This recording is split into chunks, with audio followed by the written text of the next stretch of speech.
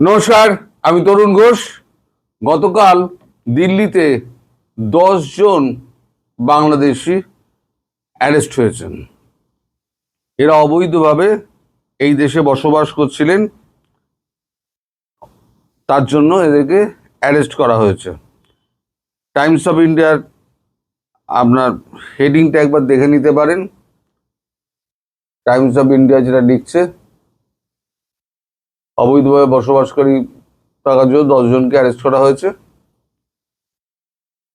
লিখছে মেয়াদোত্তীর্ণ visa passport নিয়ে দেশে থাকার অভিযোগে 10 জন বাংলাদেশি আটক।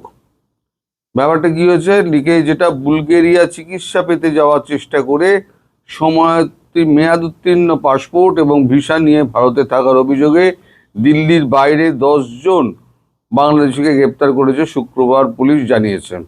শহরে অবৈধ বসবাসকারী বিদেশি নাগরিকদের শনাক্ত করার অভিযানের অংশ হিসেবে বিভাগের বিদেশি সেল এই অভিযান পরিচালনা করেছে। পুলিশ জানিয়েছে যে দলটি বৈধ কাগজপত্র ছাড়াই অবস্থানকারী ব্যক্তিদের খুঁজে বার করার জন্য যাচাইকরণ, অনুশীলন এবং গোয়েন্দা তথ্য সংগ্রহ করছে। 6 মার্চ পুলিশ খবর পায় সন্দেহভাজনরা ডিডিএ পার্কের কাছে পীরানগর চকের কাছে উপস্থিত থাকবে। পুলিশ ঘটনাস্থলে পৌঁছে এলাকায় নজর রাখে। সন্দেহভাজনরা পুলিশকে লক্ষ্য করে পালিয়ে যাওয়ার চেষ্টা করে তাদেরকে আটক করা হয়।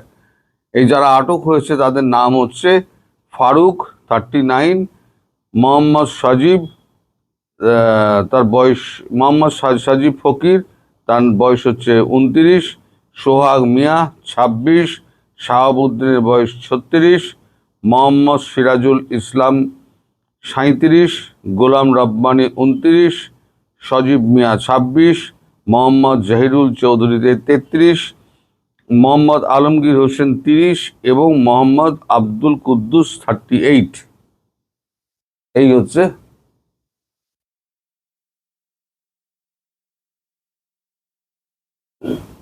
আলোটা এর ওপরে পড়ে, তো আপনারা দেখতে হয়তো অসুবিধা হতে পারে। তো এই খবরটা এখনো পর্যন্ত পাওয়া গেছে। এদেরকে এখন জেল হাজত হবে নাকি সোজা এদেশ থেকে বিতরণ হবে সেটা এখনো পর্যন্ত আমরা জানতে পারিনি। তবে এটুকু জানতে পেরেছি, এই যে পুরো খোঁজ খবর, এই যে 1268 জনের যে তালিকা বাংলাদেশের গোয়েন্দা সংস্থার প্রধান তিনি এসে রয়ের প্রধান পরাগ জৈনের সঙ্গে যে দেখা টাকা করে কথাবার্তা বলে যান, তারপরে সেই তালিকা তুলে দেওয়া হয় ওই রিজিওনাল ফরেনার্স অ্যাক্টের হাতে। তারপর তাদের সঙ্গে যৌথভাবে ন্যাশনাল ইনভেস্টিগেশন এজেন্সি এই যৌথ অভিযান চালিয়েছে। যৌথ অভিযানে এরা, কারণ ফরেনার্স রিজিওনাল অ্যাক্টের যে অফিসার রয়েছে তারা শুধু শনাক্তকরণ করে, তাদের ল অ্যান্ড অর্ডার তাদের হাতে নেই। ল অ্যান্ড অর্ডার হাতে রয়েছে ন্যাশনাল ইনভেস্টিগেশন এজেন্সির হাতে। দেখুন, র কি করে, র হচ্ছে আপনার র বলেন, র হচ্ছে গিয়ে আপনার গোয়েন্দার ব্যাপার। গোয়েন্দা যত তথ্য দিয়ে তার সংগ্রহ করা এবং সরকারকে এবং তার জায়গা মতো পৌঁছে দেওয়া, এটা হচ্ছে র এর কাজ।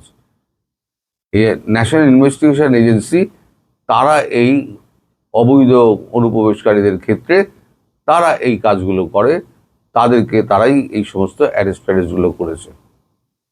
এবার দ্বিতীয় প্রসঙ্গে আসি, সেটা হচ্ছে আমাদের চিন্ময় প্রভু। অনেকেই আমায় লেখেন যে চিন্ময় প্রভু সম্পর্কে আপনি কোনো রকম কথা বলেন না। আমি কথা বলি না তা না, চিন্ময় প্রভু সম্পর্কে আমি বেশ কয়েকবার কথা বলেছি। এখন আমি আপনাদের পুরো ঘটনাটা বলছি। আজ পর্যন্ত ভারতীয় যে আপনার বিবৃতি যতগুলো আছে ততগুলোতে হিন্দু সম্প্রদায়ের কথা বলা আছে, কিন্তু বিশেষ করে একজন সাধুকে যেভাবে জেলে রেখে দেওয়া হয়েছে সে প্রসঙ্গে একটি বাক্যও কি খরচ করা হয়েছে? খরচ করা হয়নি। আমি এই ব্যাপারে না, যখন চিন্ময় প্রভু যখন প্রথম অ্যারেস্ট হন তারপরেতে আমি বেশ কয়েকবার আমি কলকাতাস্থ এবং দিল্লির আমি ইসকনের অফিসে আমি যোগাযোগ করেছিলাম ওভার ফোন। কিন্তু যে কোনো কারণেই হোক না কেন তারা বিষয়টি এড়িয়ে গিয়েছেন।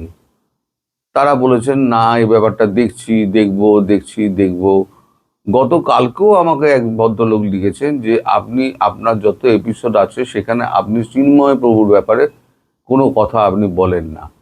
এখন এর ভেতরে কি আছে গুঁড়ো তথ্য আমি জানি না, কিন্তু ইসকনের আন্ডারে যে মন্দিরটা ওখানে আছে তার একজন হেড দীর্ঘদিন জেলে পড়ে রয়েছেন, অথচ ইসকনের এখানে যারা কর্তা ব্যক্তি আছে তারা না কেন্দ্রীয় সরকারকে কিছু বলছে, না বাংলাদেশি রাষ্ট্রদূতের সঙ্গে কথা বলছে, না বাংলাদেশের সেই ইসকনের সঙ্গে যোগাযোগ করছে। একটা অদ্ভুত একটা মানে নীরবতা বিরাজ করছে। সেটা কেন এটা আমি কিন্তু ধরতে পারি না। ভেতরের ব্যাপারটা কি, এই সমস্ত সাধু সম্প্রদায়ের ব্যাপারে আপনারা বেশি নাক গলাতে আমাদের দেশে পারবেন না, কারণ এদের একটা আলাদা একটা জগৎ আছে, সেই জগতের মধ্যে আপনি ঢুকতে পারবেন না। আর আপনাকে যদি খোলসা করে না বলে আপনি খুঁচিয়ে তাদেরকে কোনো তথ্য বার করতে পারবেন না, সেটা হচ্ছে সরকারি আইনের বাইরে। কারণ ধর্মীয় ব্যাপারে আপনি কোনো হস্তক্ষেপ বা জোরাজুরি করতে পারেন না। ফলে এইটা নিয়ে একটা যে সমস্যা যেটা তৈরি হয়েছে সেটা কি করে মিটবে সেটা কিন্তু আমি জানি না, আমার জানার বাইরে আর কি। তবে আমি যোগাযোগটা করে যাচ্ছি। সেই ভদ্রলোক লেখার পরেতে আমি গতকাল রাত্রিবেলাও কলকাতা অফিসে ফোন করেছিলাম, ইসকনের কলকাতা অফিসে, কিন্তু সেই একই কথা। তবে তারা একটা কথা বলেছে, এতদিন বাদে একটা কথা বলেছে, এই ব্যাপারে আমরা যেহেতু সরকার পরিবর্তন হয়েছে এই ব্যাপারে আমরা কেন্দ্রীয় সরকারের সঙ্গে কথা বলবো এবং কেন্দ্রীয় সরকারকে হেল্প করার জন্য আমরা অনুরোধ জানাবো যাতে চিন্ময় প্রভুকে যাতে মুক্তি দেওয়া হয়। এবার কেন্দ্র সরকার এবার হয়তো নিশ্চয়ই হয়তো বাংলাদেশ সরকারের সঙ্গে কথা বলে তার মুক্তির ব্যাপারে ব্যবস্থা করবে। এটা একটা একদম মানে সাম্প্রতিক যে গতকালের যে ঘটনা সেইটা বলছি, তার আগের ঘটনা যেগুলো হচ্ছে সেগুলো আগে বললাম যে দেখবো, হ্যাঁ এটা আচ্ছা আমরা ব্যবস্থা করে নেবো, এই ধরনের কথাবার্তা বলে এড়িয়ে যাওয়া হয়েছিল। গতকালকে কিন্তু এড়িয়ে যাওয়া হয়নি, গতকালকে আমাকে যেটা বলা হয়েছে যে আমরা কেন্দ্রের সঙ্গে এই ব্যাপারে কথাবার্তা বলছি, যেহেতু এখন সরকার পরিবর্তন হয়েছে। এখন যতক্ষণ না পর্যন্ত চিন্ময় প্রভু এই মুক্তি পাচ্ছেন ততক্ষণ পর্যন্ত আসল ঘটনা কিন্তু না আপনারা জানতে পারছেন না আমরা জানতে পারছি, কারণ আমরাও সাধারণ মানুষ, আমরা খোঁজখবর নিয়ে হয়তো আপনাদেরকে কিছুটা দিতে পারি, কিন্তু তার বাইরে আমাদের ক্ষমতা খুব একটা নেই।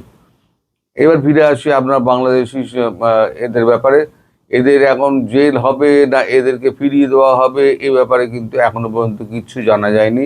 এই 10 জনের বাইরেও কিন্তু আরো প্রচুর রয়েছে, এবং যে 1268 জন যারা পালিয়েছিল তাদের এখন এদের ব্যাপারে ইনভেস্টিগেশন চলছে। যাদেরকে ধরা হয়েছে তারা সত্যিই বুলগেরিয়া যাওয়ার জন্য তারা চেষ্টা করছিল, নাকি ওখানে কোনো কুকর্ম করে এসে ওই 1268 লিস্টের মধ্যে এরা রয়েছে কিনা সেগুলো এখন মিলিয়ে দেখা হচ্ছে। ওই 1268 জনের যে লিস্ট দেওয়া হয়েছিল তার মধ্যে কিন্তু প্রত্যেকের নাম ঠিকানা সব কিছু দিয়ে দেওয়া হয়েছিল।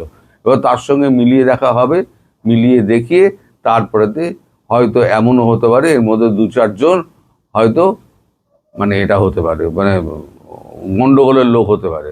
তো গন্ডগোলের লোক যদি হয় তাদের জন্য আলাদা ব্যবস্থা, আর যারা এমনি বিনা পাসপোর্টে বিনা ভিসায় যারা এখানে রয়েছেন তাদের হয়তো সোজা একদম ওপারে চালান করে দেওয়া হবে। তাদের ক্ষেত্রে খুব একটা বিরাট একটা কিছু বড় ধরনের অ্যাকশন হয়তো তাদের ক্ষেত্রে নাও নেওয়া হতে পারে। তো আপাতত আজকে এই খবর। আজকে একটু বাদে নরেন্দ্র মোদীর সভা শুরু হবে, আমি তাই তাড়াতাড়ি আপনাদের এই খবরটা আমি করতে বসলাম।